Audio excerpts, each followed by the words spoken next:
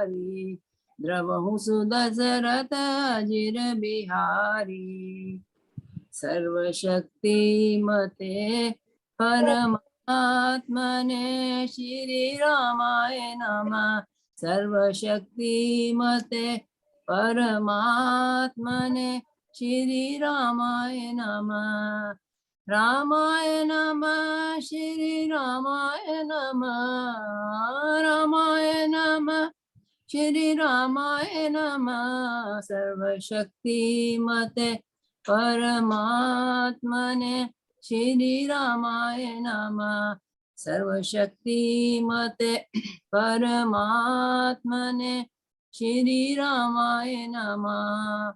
राम रामेति रामेति रमे रामे मनोरमे, सहस्रनाम तत्तुल्यं राम नाम वरानने। राम रामेति रामेति रमे रामे मनोरमे, सहस्रनाम तत्तुल्यं राम नाम वरानने। जय सिया राम जय जय सिया राम, जय सिया राम जय जय सिया राम, जय सिया राम जय जय सिया राम, जय सिया राम जय जय सिया राम। हाँ जी डॉक्टर भाभी। ओके, जय श्री राम। जय श्री राम। अगर नाथ देखोगे अवगुण हमारे, अगर नाथ देखोगे अवगुण हमारे, तो हम कैसे भव से करेंगे किनारे, तो हम कैसे भव से लगेंगे किनारे।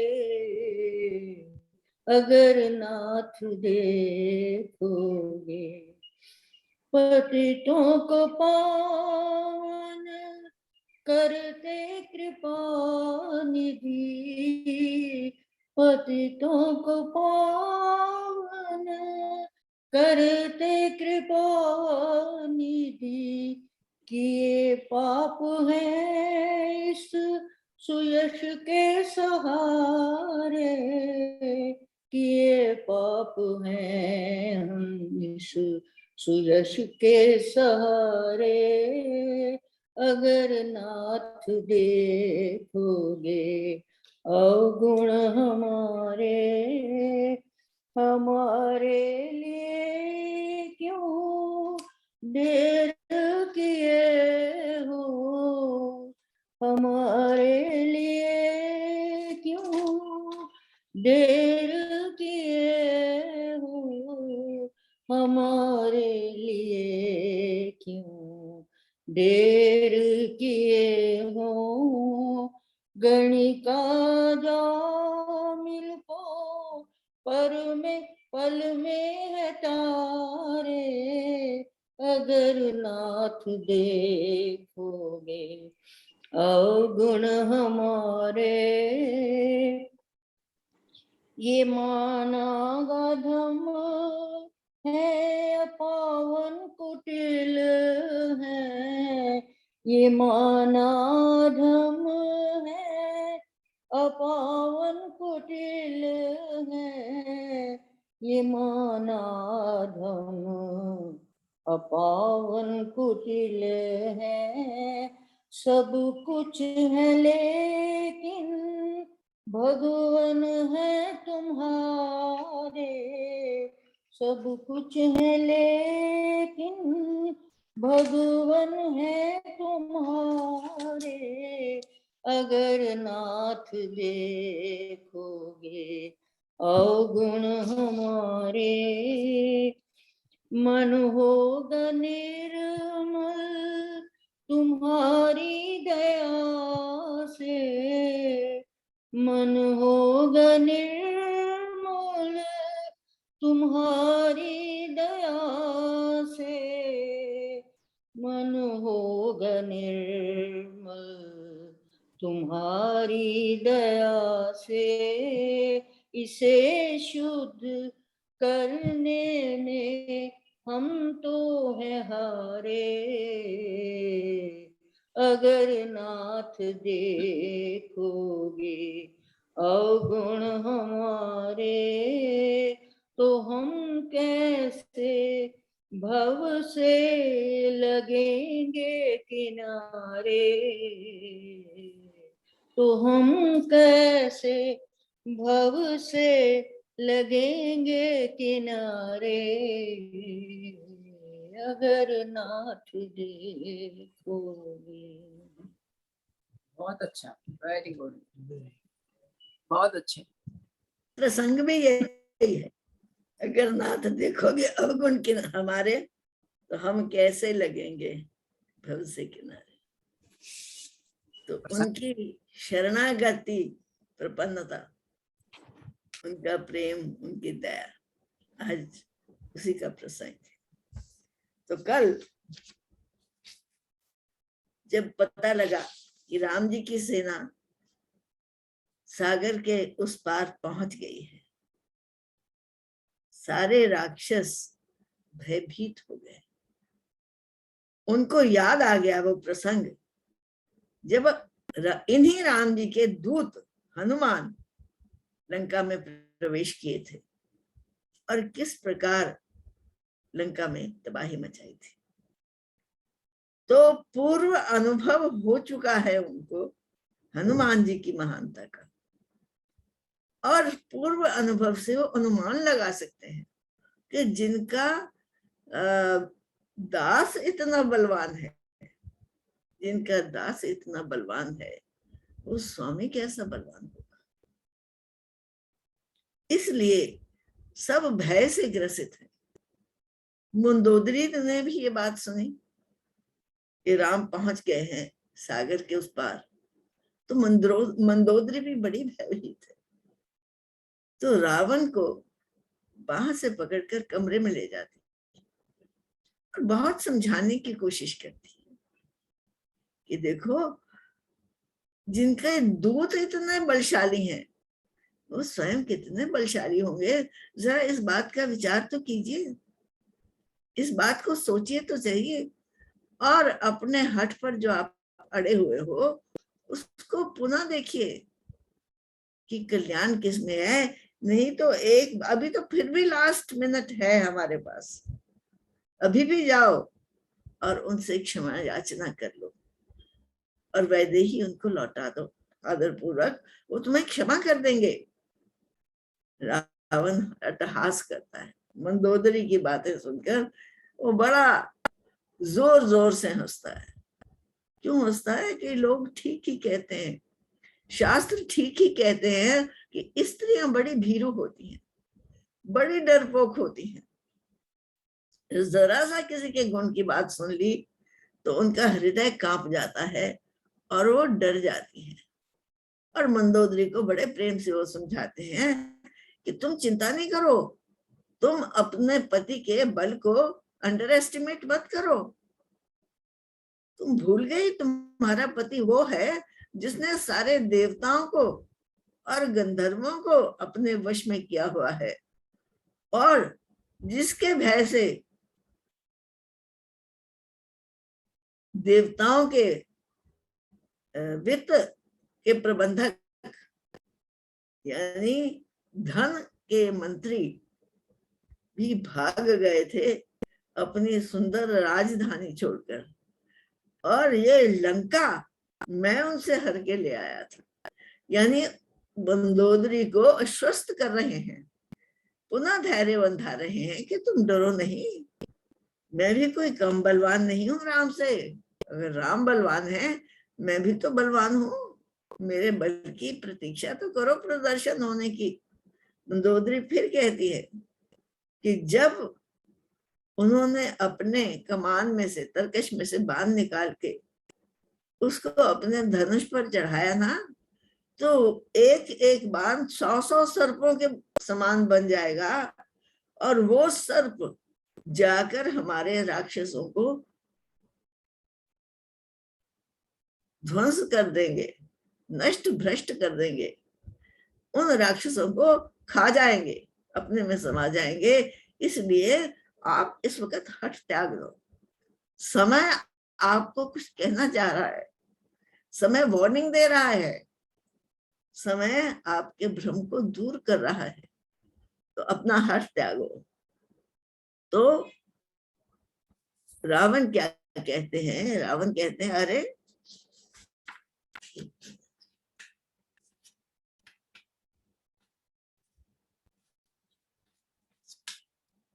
तो मंदोदरी उन्हें समझा रही हैं कि अगर तुम रावण के बस में चढ़ गए ना, रावण को अगर राम जी ने पकड़ लिया ना, तो उस वक्त शंभू भी तुम्हारी सहायता करने नहीं आएंगे। क्योंकि रावण को बड़ा अभिमान है इस बात का कि शिव जी के चरणों में कोई भी ऐसा भक्त नहीं है जो रावण का मुकाबला कर सके, जो रावण का मुकाबला कर सके।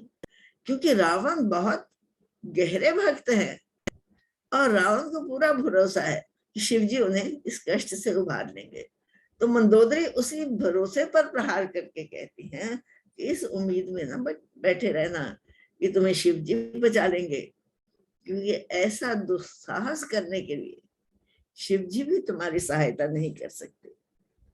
और अनेकों अनेक आर्गुमेंट्स देकर वो उसको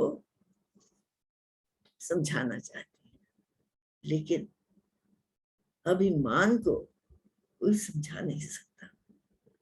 अभिमान किसी विवेक का पराधीन नहीं है, किसी विवेक की भाषा नहीं समझता, क्योंकि वो समझता है मेरे बराबर तो दूसरा कोई है ही नहीं। और इस धारणा ने उसकी आंखें, उसके कान सब बंद कर दिए हैं।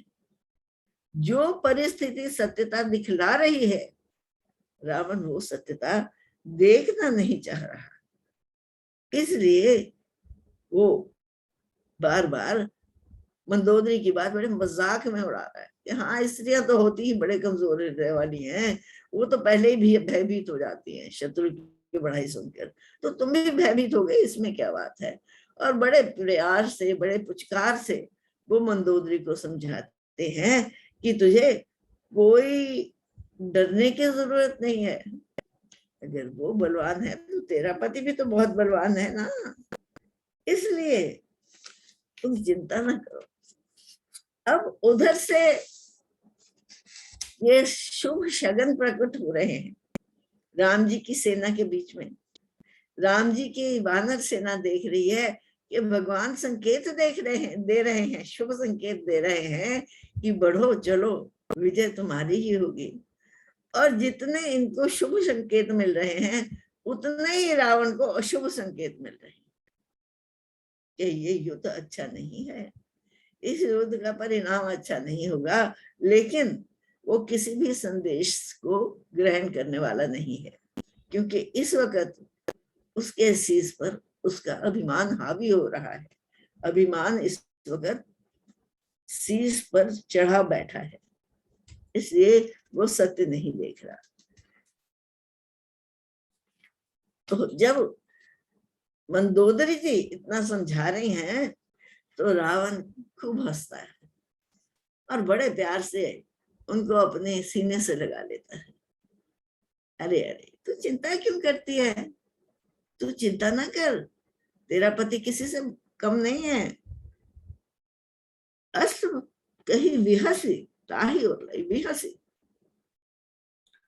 इससे रावण का चरित्र इन शब्दों द्वारा उभरता है। हंसकर, सरकास्टिकली, मजाक बनाकर मंदोदरी का, अरे अरे अरे, तू क्यों घबराती है? ये कोई डरने की बात है? चले वो सभा ममता अधिकारी, और बड़ा प्यार दिखा के उसको कि तू बिल्कुल चिंता न कर। बड़े शान से और बड़े अभिमान से अब रावण अपने दरबार में जाता है, अब जहां उसके सारे मंत्री मंत्रणा करने के लिए, उसको सलाह देने के लिए बैठे हुए हैं।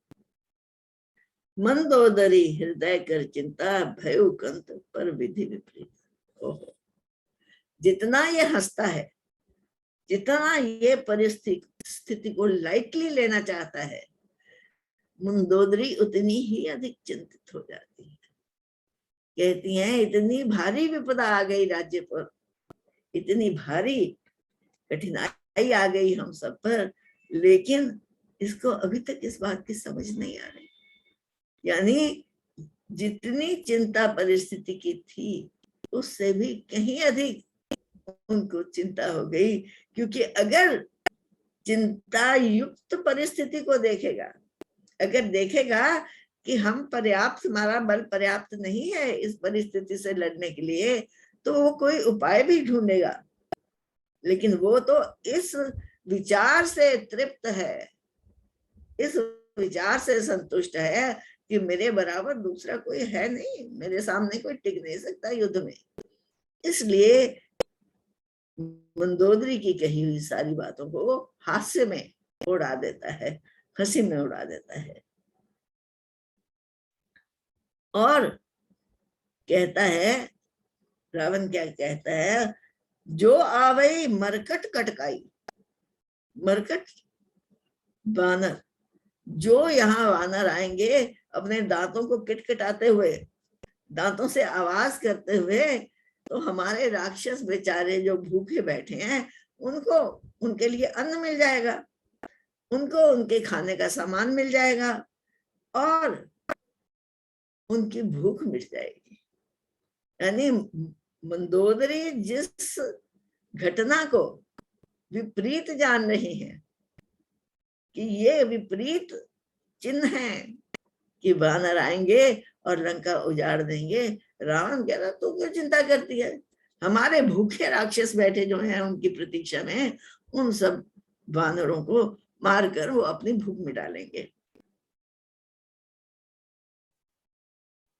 अस्त के ही विषही ताही उरलाई, चले उस सभा ममता अधिकारी।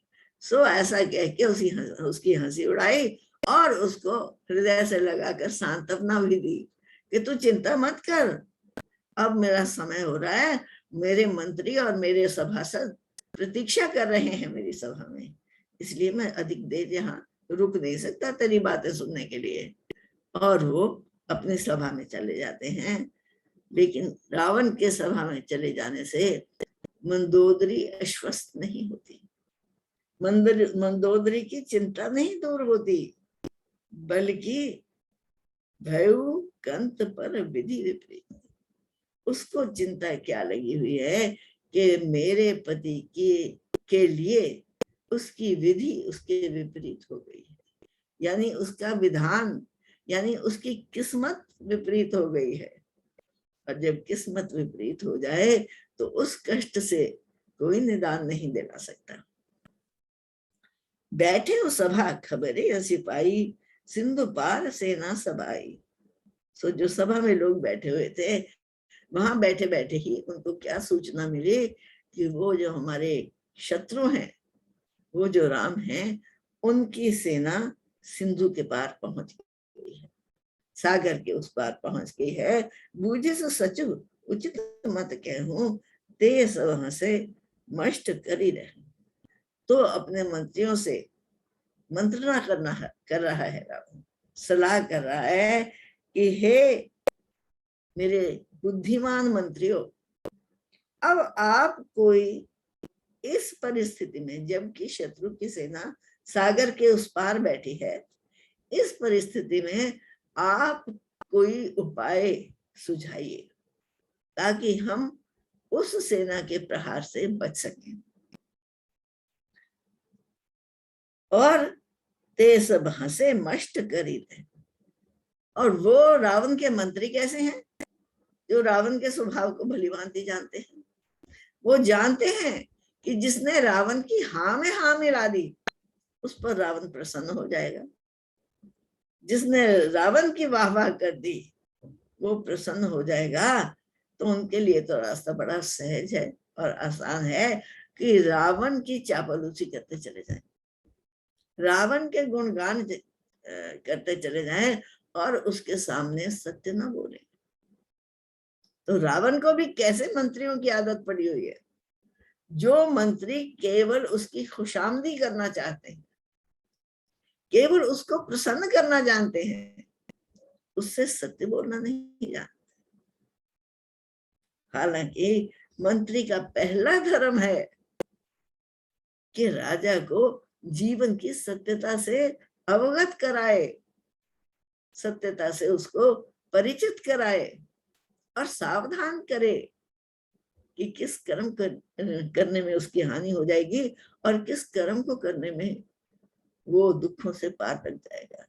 तो सारे जी हजूरी करने में रावण की लगे हुए हैं। जो कहता है बिन सोचे विचारे वो अपना शीश हिला देते हैं कि हाँ ठीक है, आप जो कह रहे हैं वो बिल्कुल ठीक है। जीते हो सुरासुर तब श्रम नाही, नर वानर के देखे माही। अरे हे महाराज, आपने तो बड़े बड़े देवता जीत लिए, असुर जीत लिए, सहज में जीत लिए, बिना किसी प्रयत्न के। सारे देवता, सारे दानव आपने जीत लिए हैं। और फिर नर और वानर की इस जोड़ी, यानी राम और हनुमान की इस जोड़ी किस लेखे माही। आपके लिए क्या कठिन है इनको जीतना, जो इतने इतने राक्षसों को जीत सकते हैं। आपके लिए उन्हें जीतना बिल्कुल कठिन नहीं है। सचिव वैद गुरु तीनी, जय प्रिय बोली भय आस, राज धर्म तन तीनी कर, होई बेगही नाश। जीवन का बहुत महत्वपूर्ण सूत्र दे रहे हैं यहाँ श्री तुलसीदास जी। कहते हैं जब सचिव, जो अपना सलाहकार हो, और वैद्य, जो रोग का निदान करने वाला हो, जो रोग को दूर करने वाला हो, और गुरु, जो पथ प्रदर्शक हो, सही रास्ता हमें दिखा रहा हो, जब ये तीनों भयभीत होकर राजा से, जब ये तीनों अपने स्वामी से भयभीत होकर झूठ बोलने लगे, तब राज धर्म तन तीनी कर होई बेगही नाश। तब जान लेना चाहिए कि ऐसे राजा के धर्म का शीघ्र ही नाश होने वाला है। क्योंकि मंत्रीगण इस मंत्रणा के लिए बैठे हैं कि राजा को सही और गलत का सुझाव दे सके, उसे बता सके कि जो उसका निर्णय है वो सही है या गलत है। अगर वो नहीं बताएंगे तो कौन बताएगा। अगर वैद्य हमें सत्य नहीं बताएगा, नहीं नहीं आपको कोई रोग नहीं, आप बिल्कुल ठीक हो जाएंगे, आपको कोई कठिनाई नहीं है, अगर वैद्य हाथ में छुरी लेकर सर्जरी नहीं करेगा, रोग को जड़ों से बाहर नहीं निकालेगा, तो रोग का उपचार कैसे होगा। और अगर गुरु हमें उचित पथ प्रदर्शन नहीं करेगा हमारे लिए कि किस राह पे हमें चलना चाहिए, तब वेग ही हो ही नाश। तब समझ लेना चाहिए कि ऐसे व्यक्ति का, ऐसे राजा का वेग ही होत ही नाश, बड़ी शीघ्रता से उसका कुल नष्ट हो जाएगा, उसका नाश हो जाएगा।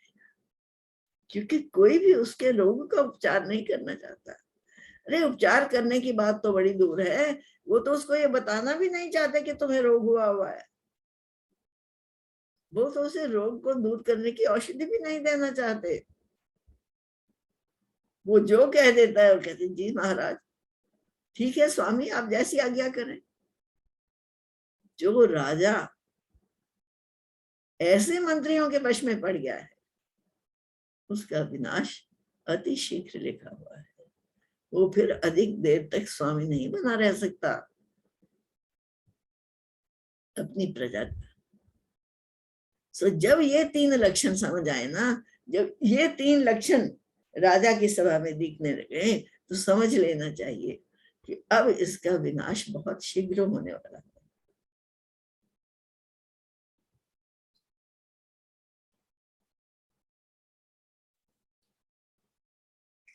सचिव वैद गुरु तीनी जो प्रिय बोली बह आस। वो क्यों वो प्रिय बोलते हैं राजा के, क्यों ऐसी बात करते हैं कि राजा के मन में भय, क्योंकि वो भयभीत है। अगर हमने कुछ विपरीत कह दिया तो राजा तो हमारे प्राण हर लेगा, राजा तो हमें ही समाप्त कर देगा। इसका सामना हम कैसे करेंगे? तो भय के मारे वहां पर वो सत्य नहीं बोलते। सोई रावण कहूं बनी सहाई, अस्तुति कर ही सुनाई सुनाई। अवसर जाने विभूषण आवा, भ्राता चरण शीस ते नावा। कहते सो ही आज रावण की वो ही अवस्था है। ना तो उसको सलाहकार उसको सत्य बता रहे हैं, ना गुरु सत्य बता रहे हैं, ना वैद्य उसके रोग का उपचार करना चाह रहे हैं। हर तरफ उसको अपीज करने की कोशिश की जा रही है, हर ओर उसको प्रसन्न करने की के यत्न हो रहे हैं कि किसी तरह ये हमसे लड़े नहीं, हमें दंड ना दे दे। और वो क्या कर रहे हैं? अस्तुति कर ही सुनाई सुनाई, तो गा गा कर उसकी स्तुतियां सुना रहे हैं। जी आप तो ऐसे बलवान, आप तो ऐसे शिव जी के भक्त, आपके सामने तो कोई नर या कोई सुर, कोई देवता, कोई टिक ही नहीं सकता। ये वानर और नर, इनकी जोड़ी तो कहने की बात ही नहीं है। ये दो आपके सामने कैसे खड़े हो सकेंगे? जब ये सब बातें हो रही हैं, सब हमें विभीषण जी भी बैठे हुए, विभीषण जी ये सब बातें सुन रहे हैं। विभीषण जी एक तो रावण के भाई हैं और रावण का कल्याण चाहते हैं, कुल का नाश ना हो, वो ऐसा चाहते हैं। तो उन्होंने देखा कि इस वक्त मौका है कि मैं जल्दी जल्दी चलकर राजन को अवगत करा दूं सच्चाई से कि ये सब तो उसकी जोड़े, हम कहते हैं ना झोली चुक बने हुए हैं, ये तो उसकी तारीफ करने में लगे हुए हैं। मैं तो जाके बताऊं कि सत्यता क्या है और उसको सावधान कर दूं। तो अस्तुति कही कर ही सुनाई सुनाई, तो रावण के पास पहुंचकर वो रावण की बहुत स्तुति करते हैं। अवसर जानो विभीषण आवा, भ्राता चरण शीस तो ही नावा। तो मौका जानकर देखकर विभीषण जी वहां पहुंच जाते हैं और बार बार रावण के चरणों में वो अपना शीश झुकाते हैं। तूने सिरोनाय बैठे निज आसन, बोला वचन पाई अनुशासन। तो पहुंचते हैं सभा में और बार बार रावण के सामने शीश झुकाकर वो उसकी इजाजत पाकर, अनुशासन, उससे अनुशासन पाकर, उसकी आज्ञा पाकर वो जाकर अपने आसन पर बैठ जाते हैं। जो कृपाल पूछे ही मोहि बाता, मति अनुरूप कहूं हित दाता। हे कृपाल, हे कृपा सिंधु, हे भ्राता, हे महाराज, जो आप मुझसे ये बात पूछ रहे हो कि आपका कल्याण किसमें है और क्या कर्तव्य है, ऐसी अवस्था में क्या करना चाहिए, तो जो मेरी मति के अनुरूप है ना, जो बात मुझे समझ आती है ना, मैं बिना उसको किसी छुपाव के, बिना उसको किसी मीठे मिश्री के घोल में भिगोए हुए, सत्य का सत्य ज्यों का त्यों आपके सामने धरता। जो आपन चाहे कल्याण, सुजसु सुमति शुभ गति सुख नाना। सो पर नारी लीलार गोसाई, तजे चौथ के चंद की। तो अगर आप अपना कल्याण चाहते हैं, हे रावण, हे भ्राता, अगर आप चाहते हैं कि आपका कल्याण हो, आपकी प्रजा की रक्षा हो, तो सुजसु सुमति शुभ गति सुख नाना। तो मैं आपको सुजश देने वाली ऐसी नीति बताता हूं जिससे आपके सुख में 4 चांद लग जाए, जिससे आपके सुख अनेकों प्रकार से बढ़ते चले जाए और सुखों की हानि ना हो। कैसे? कौन सा उपाय बताते हैं? सो पर नारी लीलार गोसाई। हे गोसाई, हे गोस्वामी, किसी पराई स्त्री के मस्तक को दूर से ही त्याग त्याग दो, यानी किसी सुंदर नारी के मस्तक पर अपना ध्यान न टिकाओ, उसके सौंदर्य पर अपना ध्यान न टिकाओ। क्यों? जैसे चौथ के चंद्रमा पर जो दृष्टि टिका कर बैठता है, उसका परिणाम क्या होता है कि वो चोरी का उस पर इल्जाम लग जाता है, उसको चोर करके जाना जाता है, उसको चोर पकड़कर बंदी बनाया जाता है। इसलिए कल्याण की बात तो यही है कि आप किसी परनारी के मस्तक की तरफ ध्यान लगाकर ना लें और उसको ऐसे ही त्याग दें जैसे किसी सौंदर्यमयी पराई स्त्री के सौंदर्य को जानकर भी कि वो सुंदर है, राजा देखता नहीं उस ओर, क्योंकि उसकी ओर देखना राजा ये समझ गया कि उसके अपने विनाश का कारण है। शास्त्र ये बता रहा है कि अगर पर स्त्री के मोह में पड़ जाओगे तो वही स्त्री जिससे आप मोह कर रहे हो, जिससे स्नेह कर रहे हो, जिसको अपना बनाना चाह रहे हो, वही तुम्हारे विनाश का कारण बन जाएगी। विभीषण जी ने ये सम्मति दी रावण को, with obvious reference to Sita ji, क्योंकि रावण की समस्या क्या है, वो सीता जी के मोह में, मोह पाश में बंधा हुआ है और सीता जी को अपनाना चाहता है।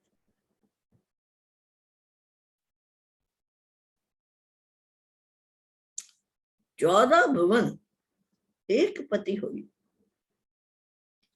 भूत द्रोह तिष्ठई नहीं सोई, गुण सागर नागर नर जो, अलप लोभ भल कहे न हो।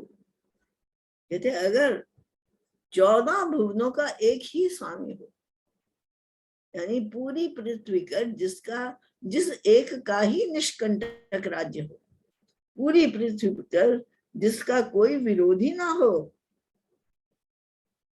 कोई भी प्राणी उससे विरोध ना करता हो, ऐसा गुण सागर नागर नर जो, ऐसा गुणों का सागर भी जो प्राणी है, जो इतना गुणवान भी है, अल्प लोभ भल कहे ना, छोटा सा लोभ कि मैं इस सौंदर्य को देख लूं, छोटा सा लोभ कि मैं इस सौंदर्य को पोजेस कर लूं, अपना लूं, अगर उसके मन में आ जाए तो उसका भी कोई भला नहीं होता इस लोक से, उसका भी कोई कल्याण नहीं होता इस लोक से।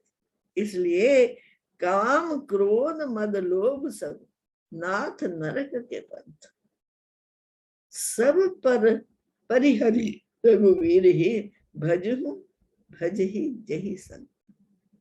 इसलिए हे भ्राता,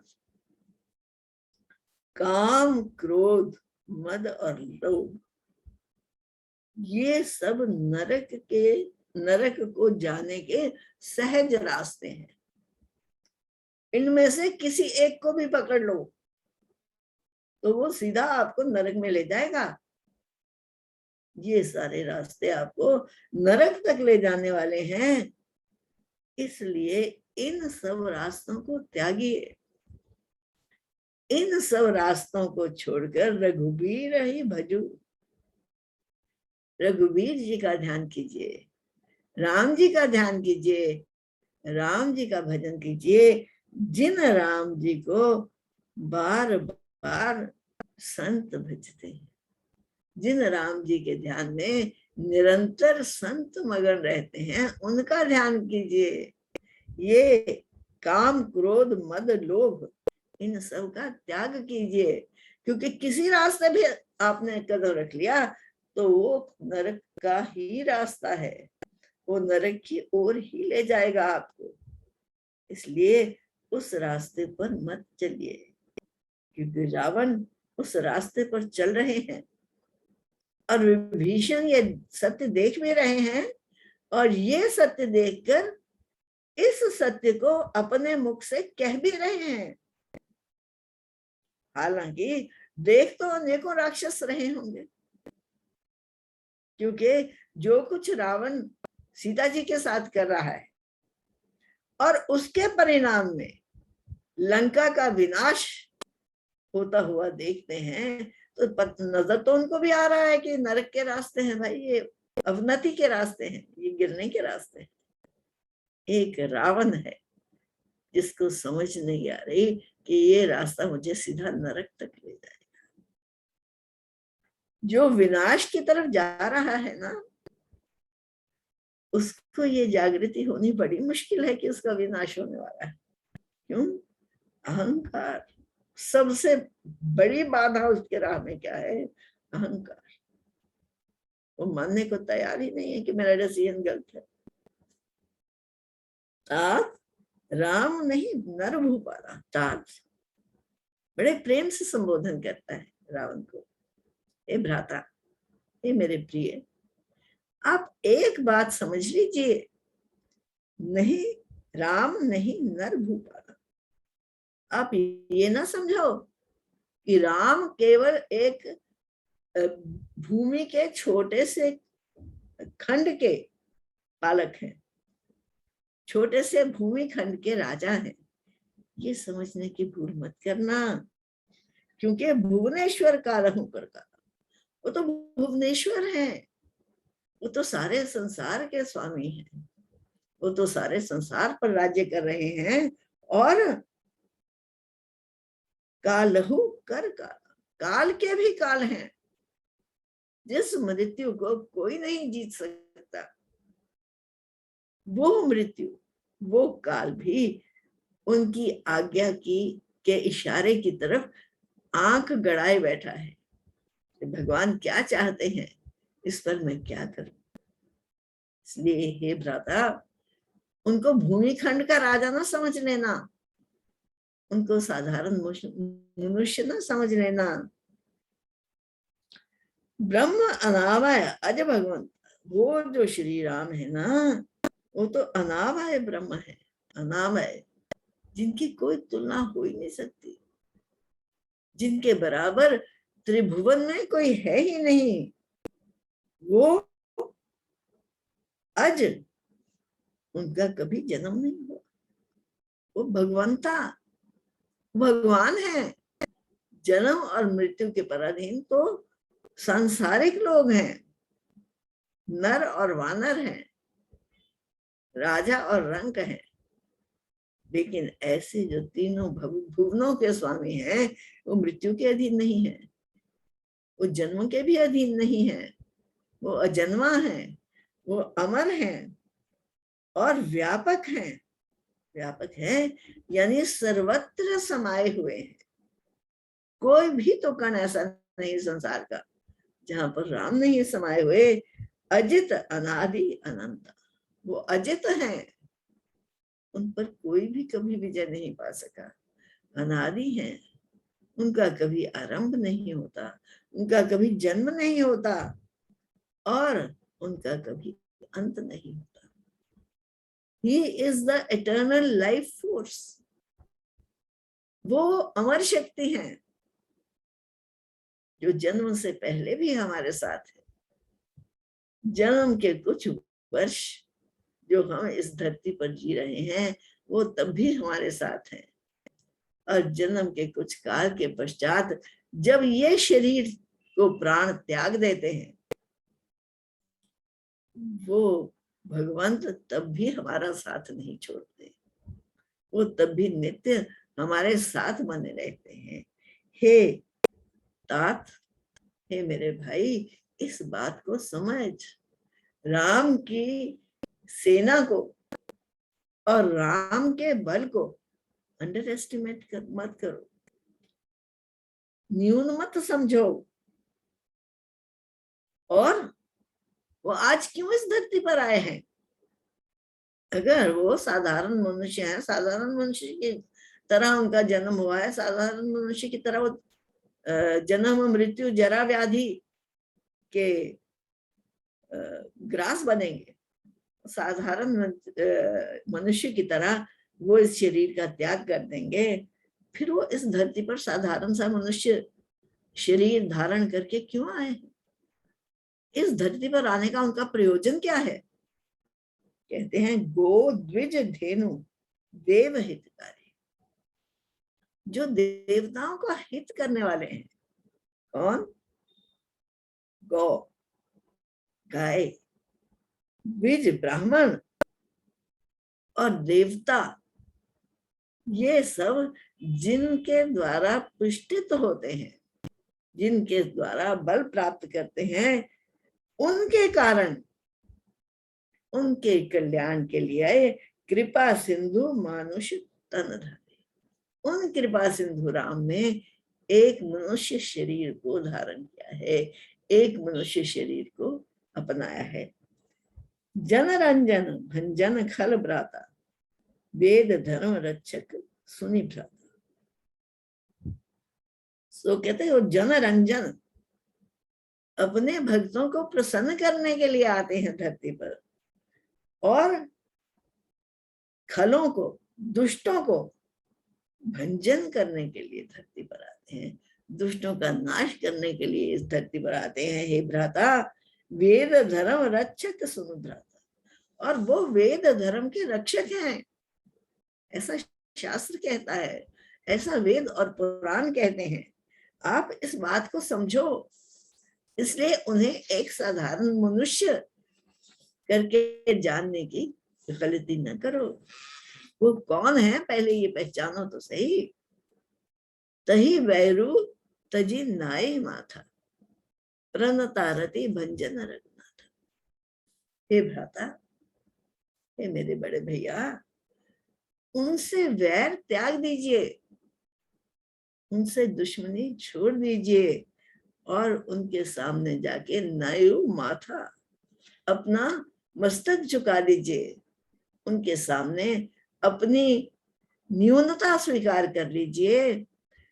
प्रणता रति भंजन रघुनाथ, वो सारी प्रजा का कल्याण करने वाले हैं, वो सारे संसार का कल्याण करने वाले हैं। अगर आप भी उनके साथ वैर छोड़कर उनके सामने अपना शीश झुका दोगे, देहुनाथ प्रभु कहूं बेदेही, किस प्रकार झुकाओगे मस्तक? हे नाथ, उन प्रभु को उनकी पत्नी वैदेही, उनकी पत्नी जनक सुता जानकी जी को लौटा दीजिए।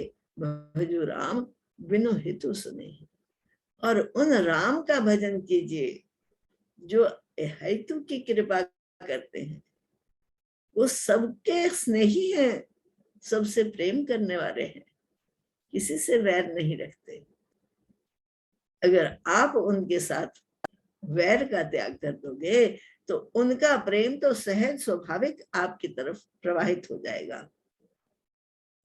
शरण गए प्रभु तहु न त्यागा, विश्व द्रोह कृत अघ जहि लगा।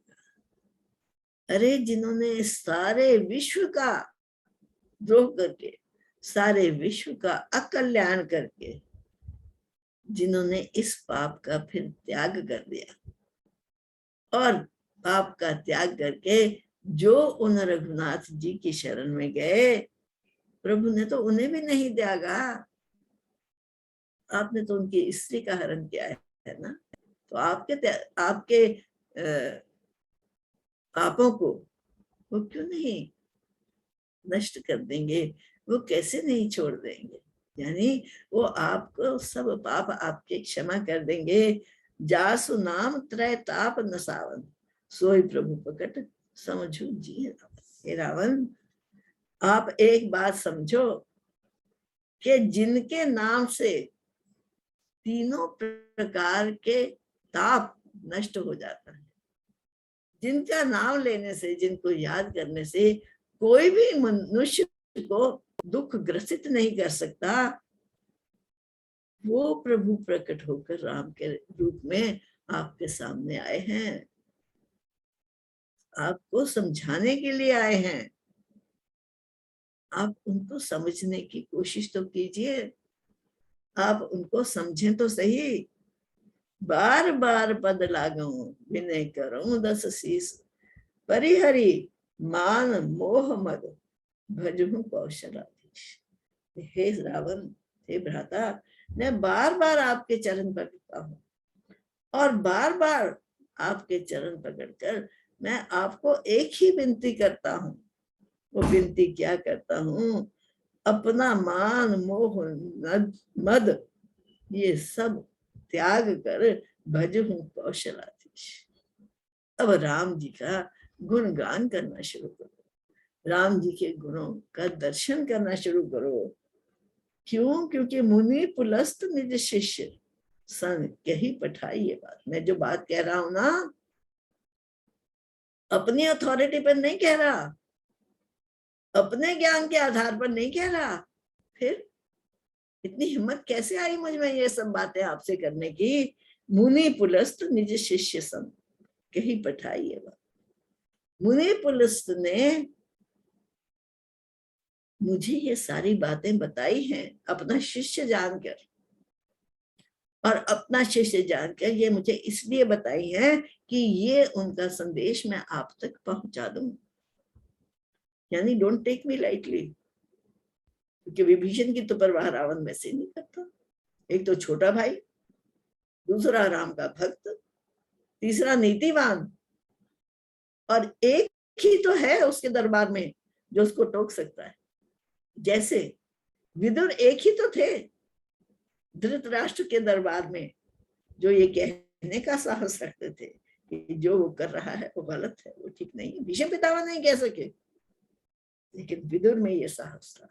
ये साहस सत्य का आचरण करने वाले में आता है। गीता में जब दैवी लक्षणों का वर्णन करते हैं ना, तो पहला लक्षण जो उन्होंने दैवी गुणों का कहा, अभयम सत्व संशुद्धि। वो अभय होता है। अभय क्यों होता है? क्योंकि उसे अपने शरीर के साथ कोई मोह नहीं है, अपने शरीर के साथ लगाव नहीं है, अपने शरीर का बचाव नहीं करना चाहता। प्राणी चले जाएंगे ना, ठीक है, मैं इस शरीर के रक्षण के लिए इन प्राणों का मोह क्यों करूं जो प्राण इन एनी केस मुझे त्याग के जाने वाले हैं, ये मेरे साथ कभी भी नहीं रहने वाले।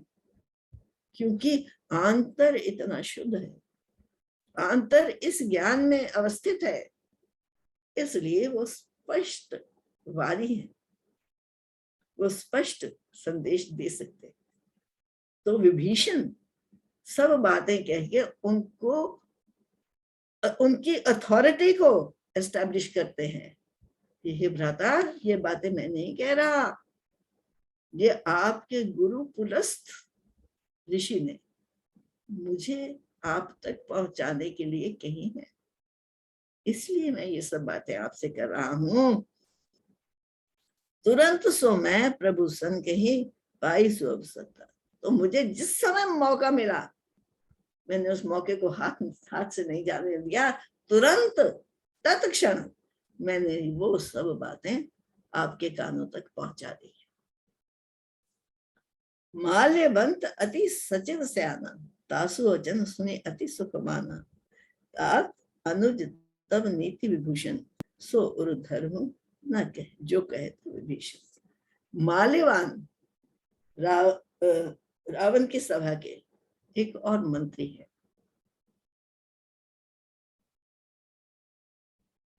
और बहुत बुद्धिमान मंत्री है रावण की सभा के।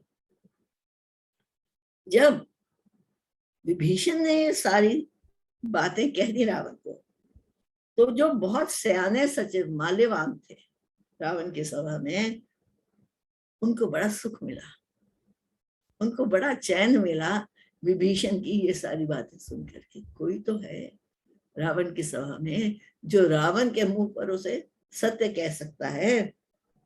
तात अनुज तव नीति विभूषण, तो कहते हैं हे तात, ये रावण पुत्र के समान है उनके लिए, ये बहुत माल्यवान, बहुत सीनियर हैं कि हे पुत्र, ये जो विभीषण तुझसे बातें कह रहा है ना, ये नीति विभूषण है, ये नीति की सबसे सुंदर बातें हैं। इसलिए सो उर्धर हूं जो कहते हो विभूषण, इसलिए डोंट टेक देम लाइटली। जो बातें विभीषण कह रहे हैं उनको आप गंभीरता से लीजिएगा, उनको आप गंभीरता से विचारिएगा और उन पर आचरण कीजिए। रिपु उत्कर्ष कहत सठ दो, दूरी न करहूं यहाँ यह को। माल्यवंत गृह गेऊ बिहोरी, कहीं विभीषण पुनि कर जोड़ी। तो माल्यवान तो अपनी बात कहकर कर जोड़कर अपने घर को चले गए। क्यों? क्योंकि उनको पता था रावण ये बात मानने वाला तो है नहीं। और फिर जब माल्यवान ये बात कहकर चले गए तो विभीषण फिर कर जोड़कर, हाथ जोड़कर एक बार फिर साहस करता है रावण को सत्य बताने का। सुमति कुमति सबके उर रहे, नाथ पुराण नगम निगम अस कहे। हे नाथ, मति और सुमति हर जीव के हृदय में रहती है। कोई भी ऐसा जीव नहीं जो केवल कुमति का भरा हुआ हो, जिसके पास दुर्बुद्धि हो, और कोई ऐसा जीव नहीं जिसके पास केवल सद्बुद्धि हो और उसमें कोई विपरीत विचार ना। हर जीव में सुमति और दुर्मति दोनों ही रहती हैं। ये अगम पुराण निगम सबके, सारे शास्त्र हमें जीवन का ये सत्य बताते हैं, जीवन का ये सत्य सुझाते हैं। जहां सुमति तहीं संपत्ति नाना, जहां कुमति तहां विपत्ति निदाना। कहते जहां सुमति है, जहां अच्छी बुद्धि है, वहां पर संपत्ति ना, अनेकों प्रकार की संपत्ति आ जाती है, अनेकों प्रकार के गुण आ जाते हैं, अनेकों प्रकार का विकास हो जाता है उस शुद्ध बुद्धि के द्वारा। लेकिन जो उस शुद्ध बुद्धि का संग ना करके कुमति का संग करते हैं, बुरी सलाह के पीछे चलते हैं, तहीं विपत्ति निदाना, उनकी विपत्ति कभी खत्म नहीं होती। क्योंकि विपत्ति को खत्म करने वाली केवल सुमति है, ठीक सलाह है। और जिसके पास सुमति नहीं है उनकी विपत्ति का कभी नाश नहीं होता। तब उर कुमति वसी विपरीता, हित अनहित मन हो त्रिपुत्री। हे भ्राता, हे राजन, अब तुम्हारे हृदय में कुमति निवास कर लिया है। कुमति ने तुम्हारे हृदय को आके ग्रसित कर लिया है और तुम्हें उस कुमति से प्रीति हो गई है। उस बुरी सलाह से तुमने संग कर लिया, तुमको वो अच्छी लगने लगी।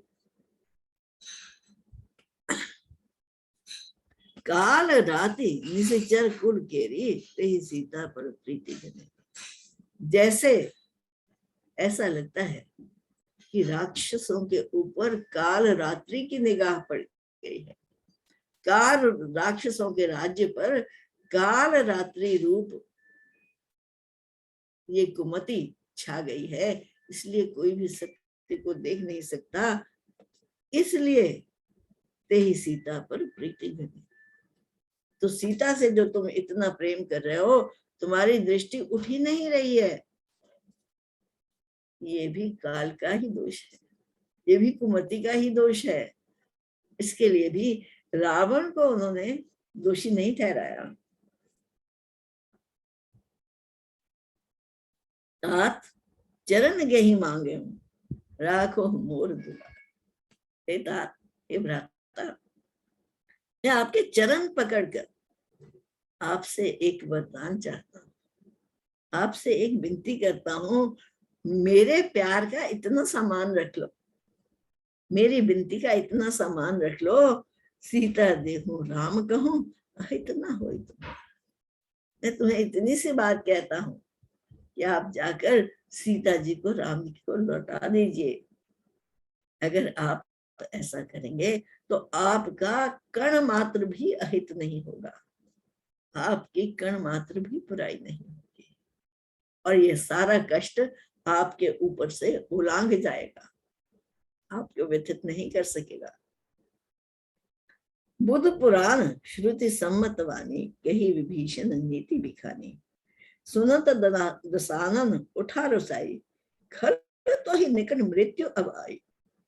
तो विभीषण जी ने तो बड़ी सुमति की बातें कही थी, और वेदों और पुराणों की सम्मति के अनुकूल उन्होंने रावण को सलाह दी थी, लेकिन उसकी प्रतिक्रिया क्या हुई कि गुस्से से भरा हुआ रावण अपने आसन से उठा और कहता है, खल तो है निकट मृत्यु अब आई, अब तो तेरी मृत्यु निकट आ गई है, अब तो मेरे हाथों से नहीं बच सकता।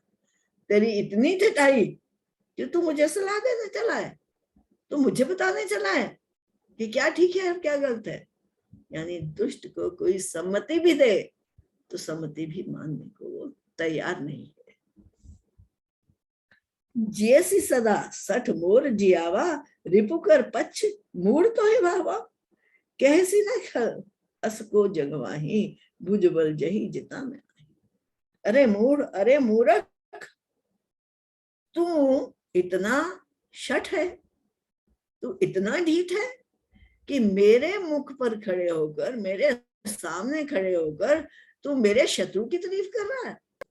राम जी की तारीफ कर रहे हैं, तो राम जी के गुण बता रहे हैं, सत्यता बता रहे हैं कि मेरे सामने खड़ा होकर रिपु के पक्ष की बातें कर रहा है। अब तेरे जैसा मूर्ख इस संसार में मैंने कोई नहीं देखा। क्यों? भुजबल जही जाही जिता में नहीं। जो मेरे साथ रहकर, मेरे सामने खड़ा होकर मेरे भुज बल को देखकर भी उसे पहचानता नहीं है कि संसार की कोई भी शक्ति मुझे हरा नहीं सकती। और इस क्रोध में ममपुरवासी तपसिन पर प्रीति, सठ मिलु जाई तननी करुणी थी। अरे मेरे अन्न पर तू पल रहा है, मेरे राज्य में तू रह रहा है, और प्रीति तेरी तपस्वियों पर जो तपस्या करने चले हुए हैं वनों में।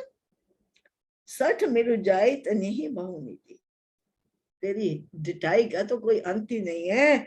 अस कहीं कीने सी चरण प्रहार, ऐसा कहकर रावण ने जोर से चरण से प्रहार किया विभीषण पर, ठुड्डा मारा विभीषण को। अनुज गहे पद 12 ही 12, और उसके अनुज यानी विभीषण ने बार बार उसके चरण पकड़े, बार बार फिर से समझाने की कोशिश करी। उमा संत की यही बढ़ाई, मंद करत जो करे। कहते हे उमा, शंकर जी कथा सुना रहे उमा जी को, हे उमा ये जानो कि संत की यही सबसे बड़ी बढ़ाई है, यही उसकी ग्रेटनेस है कि जो उनका बुरा करते हैं संत उसकी भी भलाई करते हैं। रावण तो ठुड्डे मारकर निकाल रहा है अपनी सभा से बाहर, और वो चरण पकड़कर बार बार विनती कर रहे हैं कि आप मेरी इस बात को मान लो, आपका कल्याण इसी में है।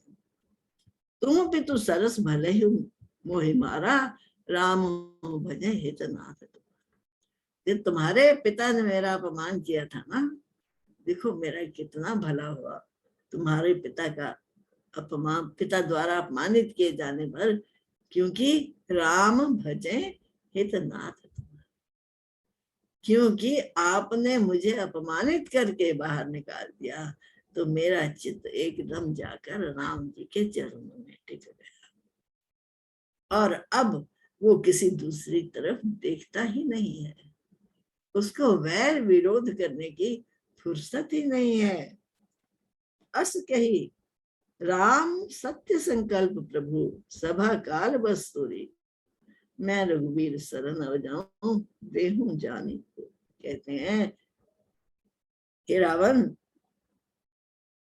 प्रभु के सत्य संकल्प को कौन रोक सकता, जब प्रभु ने इस संकल्प कर लिया तुम्हारे विनाश का, तो वो तो होके ही रहेगा। इसलिए मैं अब राम की शरण में जाता हूँ। मैं अब तेरी सभा को त्याग कर, तेरे अन्न को त्याग कर राम जी की शरणागत होगा। अस कही चला विभीषण जब हूं, आयुहीन भय सब तब। तो ऐसा कहकर जब विभीषण ने रावण की सभा का त्याग कर दिया, और रावण की सभा का त्याग करके जब वो राम जी के कैंप की तरफ चले, तो ऐसा लगता है कि जितने भी निशाचर, जितने भी राक्षस वहां बैठे हुए थे, आयुहीन भय सब तब, मानो वो सबकी आयु को भी अपने साथ हर कर लेते हैं। इंसान सब राक्षसों की मृत्यु भी साक्षात प्रकट हो गई। साधु अवज्ञा तुरंत भवानी कर कल्याण अखिल किया। हे भवानी, हे उमा, साधु की जो अवज्ञा करता है उसकी तुरंत उसका अकल्याण हो जाता है, उसका फल उसे तुरंत मिल जाता है, क्योंकि उन सब की फिर हानि हो जाती है, उन सब का विनाश हो जाता है जो साधु की अवज्ञा कर देता है, साधु की बात नहीं मान लेता। रावण जब ही विभीषण त्यागा, भयो विभव बिनु तभी अभागा। जब रावण ने ठुड्डे मार के विभीषण का त्याग कर दिया, विभीषण को बाहर निकाल दिया, तो मानो उसके सारे सौभाग्य, उसके सारे वैभव भय के कारण उसको छोड़कर भाग गए। चले हर्षि रघुनायक पाहि, करत मनोरथ बहुमन माहि। और दूसरी तरफ विभीषण जी रघुनाथ जी की तरफ चले जा रहे हैं, राम जी की तरफ चले जा रहे हैं, और करत मनोरथ बहुमन माहि, और मन में बहुत मनोरथ किए जा रहे हैं, मन में बहुत बहुत विचार किए जा रहे हैं। मैं उनसे जाके मिलूंगा, मैं कैसे मिलूंगा, मैं कैसे उनके शरणापन्न होऊंगा। तो निरंतर उनके ध्यान में अब राम जी बसे हुए हैं। अब रावण और रावण की कुमति और कुसंगति वो सब पीछे रह गए, और वो केवल राम जी के मिलने का उत्साह लेकर राम जी की तरफ जा रहे हैं। देखूं जाई चरण जल जाता, अरुण मृदुल सेवक सुखदाता। जे पद परसी तरी ऋषि नारी, दंडक कानन पावक नारी। मैं अब उन चरणों को देखने जा रहा हूं, मुझे उन चरणों का दर्शन होगा जो अरुण के समान लाल है, मृदु है, कोमल है, सुंदर है, जिनके दर्शन मात्र से ही सारे सुख सुरक्षित हो जाते हैं, जो और जिन पाद पद्मों की पूजा करके, जिन चरण कमलों की पूजा करके वो ऋषि नारी भी तर गई, वो अहल्या भी तर गई। दंडक कानन पावनकारी, जो दंडक अरण्य को सारे को पावन करने वाले हैं, पवित्र करने वाले हैं, उन चरणों की याद करते हुए, उन चरणों में चित्त टिकाए हुए विभीषण चले जा रहे हैं राम जी को मिलने के लिए। जे पद जनक सुता और लाए, कपट कुरंग संग धर आए, हर उर सर सरोज पद जे, ओ भाग्य मैं देखूं तो। जो चरण हमेशा सीता जी अपने हृदय से लगा के रखती है, जिनके ध्यान करने से सब दुर्वृत्तियां, दुर्भाव अपने आप भाग जाते हैं। मेरा यह भाग्य कि मुझे अब उन चरणों के दर्शन होंगे। और इस उत्साह में वो चले जा रहे हैं। फिर क्या याद करते हैं, जिन पायन के पादक में भरतों रहे मन लाई। जिनके चरणों की पादुका में भरत ने अपना चित्त टिका लिया था, ते पद आज विलोक हूं, यह नयन अब जाए। अरे मैं इन नयनों से आज जाकर उन चरणों के दर्शन करूंगी, ऐसा मेरा अहोभाग्य है। इस प्रकार विभीषण जी विचार करते करते जा रहे हैं। यही विधि करत सुप्रेम विचारा, आयो सपदि सिंधु यही पारा। कपिन विभीषण आवत देखा, जाना को दूत विशेषण। तो इस प्रकार विचार करते करते विभीषण जी सागर के दूसरे पार पहुंच गए, यानी जहां पर राम जी की सेना थी, जहां राम जी की सेना का कैंप हो रहा था, वहां पहुंच गए। और राम जी की सेना के कुछ वानरों ने उनका दर्शन जब किया तो उन्हें लगा कि ये तो कोई और है, इसको तो हम जानते नहीं है, तो हमारी सेना का नहीं है, ये जरूर हमारा कोई दुश्मन होगा जो हमारी सेना का भेद लेने आया। अब किस प्रकार स्वागत होता है विभीषण जी का राम जी की सेना के मध्य में, इस पर कल चर्चा करेंगे। और फिर ऐसा प्रतीत होता है, ठाकुर जी की इच्छा ऐसी लगती है कि कल ही हमारा सुंदरकांड संपन्न हो जाएगा और परसों अष्टमी के दिन ऐसी उनकी प्रेरणा है कि हम सबने समझ तो लिया, सुन भी लिया, अब गायन रूप में इसका आनंद लिया जाए। तो मैंने रिक्वेस्ट करी है हमारी